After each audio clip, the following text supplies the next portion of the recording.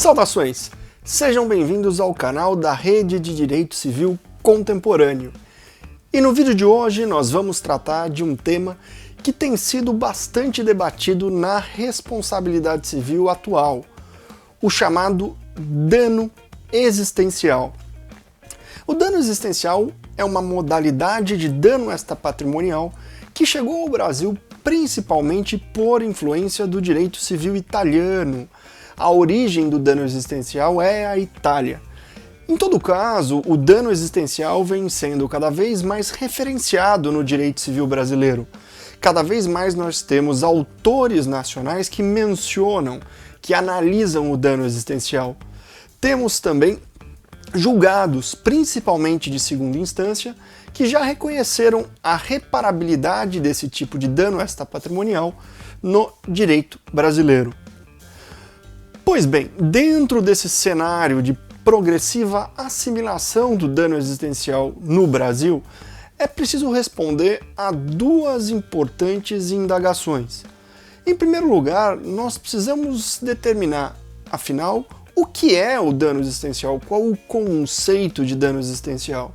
E, em segundo lugar, nós devemos também nos questionar se essa importação de um instituto tipicamente italiano faz mesmo sentido. Os danos existenciais são um conceito verdadeiramente adaptado ao direito civil brasileiro? Quanto à primeira questão, o que são os danos existenciais, nós podemos definir de forma bastante sintética, de forma bastante resumida, o dano existencial como a lesão aos projetos de vida da vítima.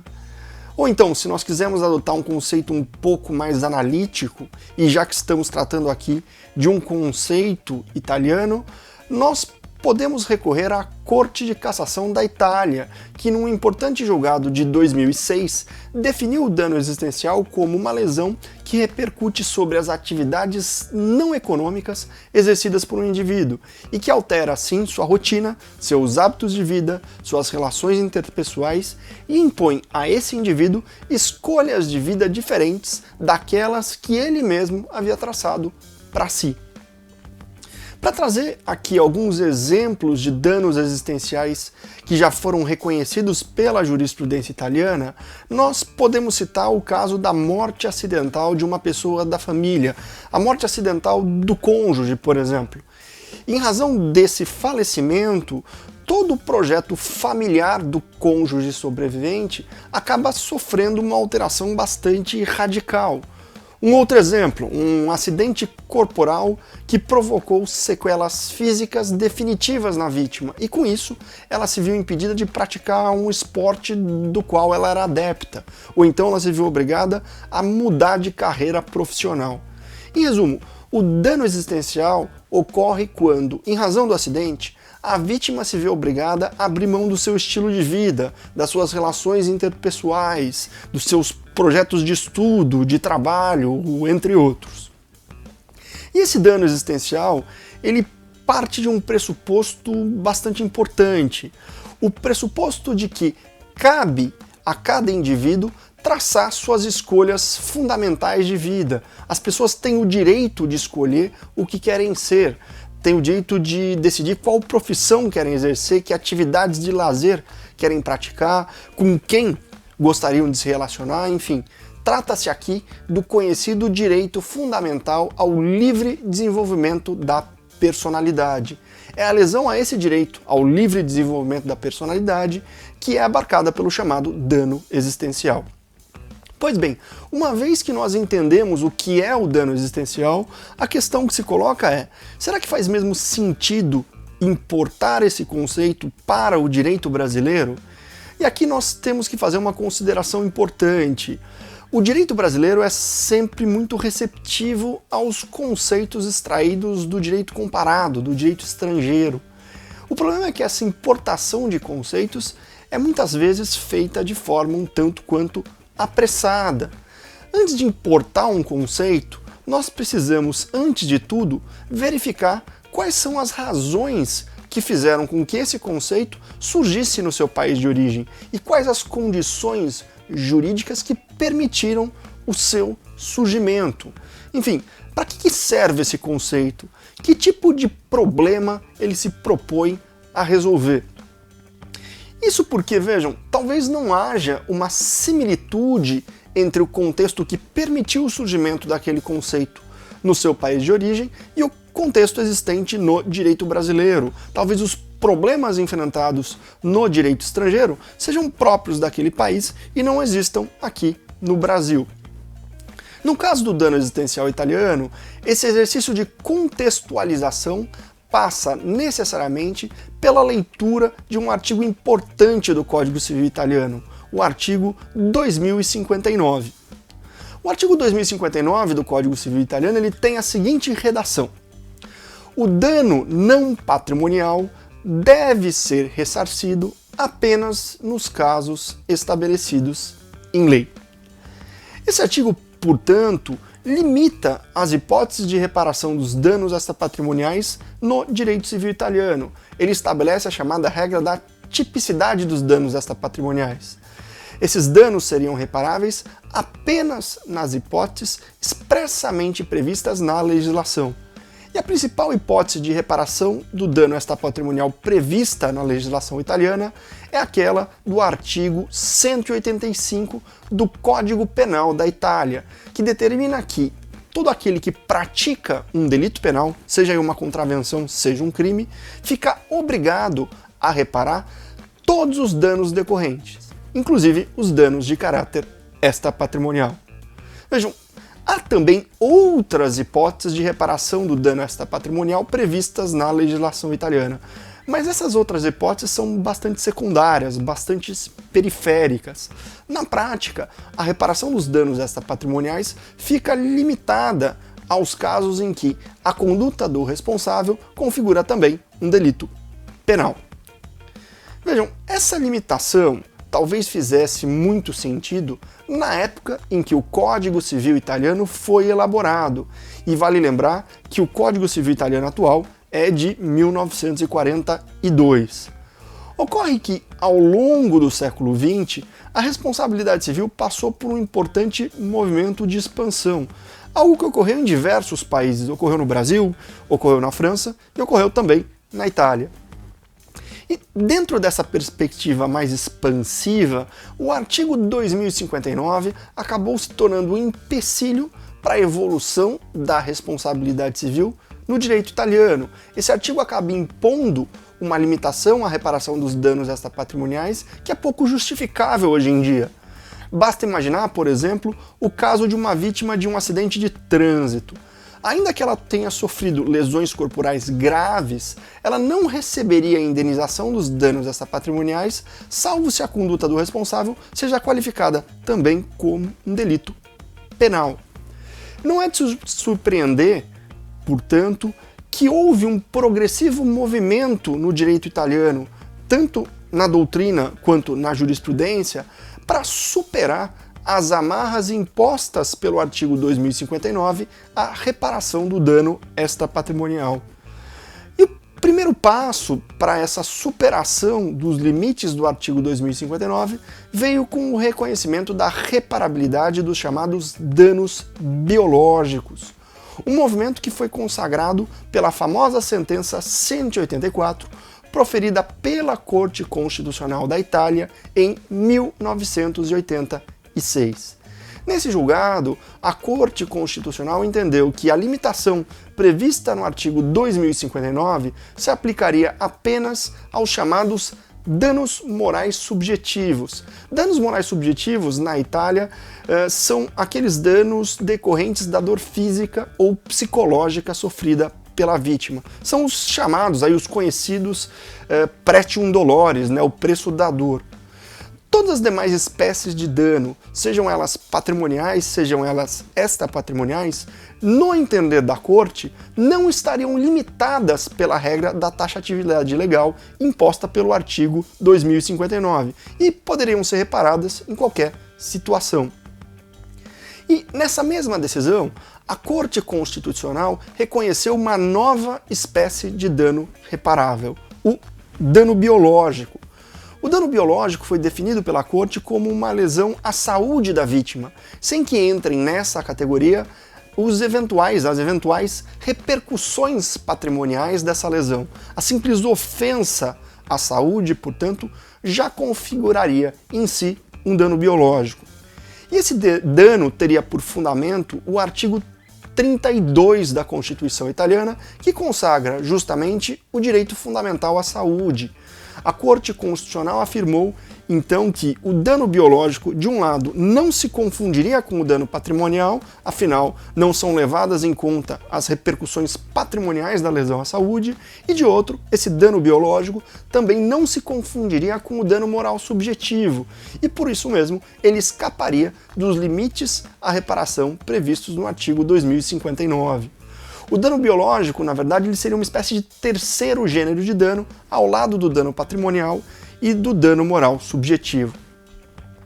Essa decisão certamente melhorou a situação das vítimas na medida em que ela contornou, pelo menos aí em parte, as limitações impostas pelo artigo 2059.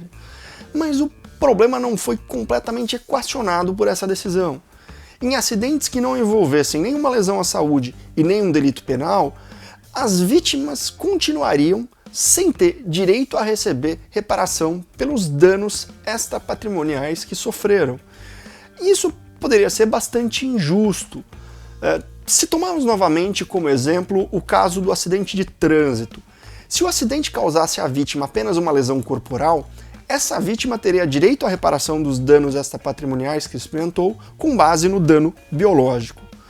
Contudo, se esse acidente fosse mais grave, se esse acidente fosse fatal, os familiares da vítima direta não receberiam qualquer indenização além dos danos patrimoniais.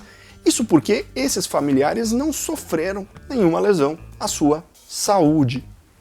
E é por isso que a doutrina italiana, a partir principalmente da década de 90, e com um especial destaque aí aos trabalhos do professor Paolo Sendon, a doutrina passou a sustentar que esse reconhecimento de novos danos não deveria se limitar aos danos biológicos. E é justamente aqui que surge a ideia da reparação dos danos existenciais. Tratava-se aí de uma tentativa de permitir uma expansão ainda maior dos danos extrapatrimoniais, protegendo interesses que não foram abarcados pelos danos biológicos. Tal como o dano biológico, o dano existencial também teria um fundamento constitucional, mais precisamente o artigo 2º da Constituição italiana, que consagra o direito ao livre desenvolvimento da personalidade. E também, tal como os danos biológicos, os danos existenciais não se confundiriam com os danos morais subjetivos, e por isso mesmo, os danos existenciais escapariam da limitação imposta pelo artigo 2059 do Código Civil italiano. Essa tese da reparabilidade dos danos existenciais acabou influenciando de alguma forma a jurisprudência italiana. E em 2003, por meio de duas importantes decisões, a Corte de Cassação terminou por alargar o espectro de danos extrapatrimoniais reparáveis, abarcando também aquilo que a doutrina até então denominava de dano existencial. Mas, ao invés de simplesmente consagrar o dano existencial como uma nova modalidade de dano reparável, a Corte de Cassação resolveu tomar um outro caminho. Ela resolveu realizar uma releitura do artigo 2059. Se em 1986 a Corte Constitucional tinha feito uma interpretação restritiva desse dispositivo, afirmando aí que ele só se aplicaria aos danos morais subjetivos, em 2003 a Corte de Cassação reestabeleceu uma interpretação mais abrangente. A Corte de Cassação estabeleceu que a regra da tipicidade prevista no artigo 2059 se aplicaria a todo e qualquer dano extrapatrimonial. Contudo, a Corte deu um sentido mais amplo ao termo lei empregado nesse dispositivo. E aí nós temos o cerne dessa decisão. O artigo 2059 prevê que os danos extrapatrimoniais são reparáveis apenas nos casos previstos em lei. O que a Corte de Cassação sustentou é que o termo lei não poderia ser entendido apenas como uma referência à lei ordinária, à lei proveniente do legislador. a Constituição italiana também entraria no conceito de lei mencionado no artigo 2059. Por isso, para a Corte de Cassação, toda lesão a um direito fundamental consagrado na Constituição italiana ensejaria a reparação dos danos extrapatrimoniais decorrentes. Isso se aplicaria tanto ao direito fundamental à saúde, quanto ao direito ao livre desenvolvimento da personalidade, como a qualquer outro direito constitucionalmente tutelado.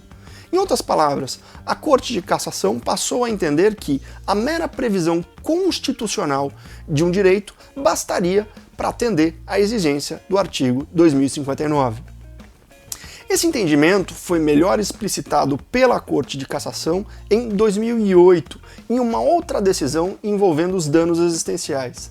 Nessa decisão, o tribunal deixou claro que os danos biológicos, os danos existenciais e os danos morais subjetivos não seriam categorias autônomas de dano, não seriam categorias ontologicamente distintas uma das outras. Esses danos, na verdade, pertenceriam à grande categoria de danos extrapatrimoniais e estariam todos eles submetidos às limitações impostas pelo artigo 2059 do Código Civil italiano. Pois bem, feita essa digressão sobre o papel do dano existencial no direito italiano, nós podemos agora responder à nossa segunda indagação. Faz sentido adotar esse conceito no Brasil? E a resposta a essa pergunta é um tanto quanto paradoxal. Sim e não. Vamos analisar primeiramente o não.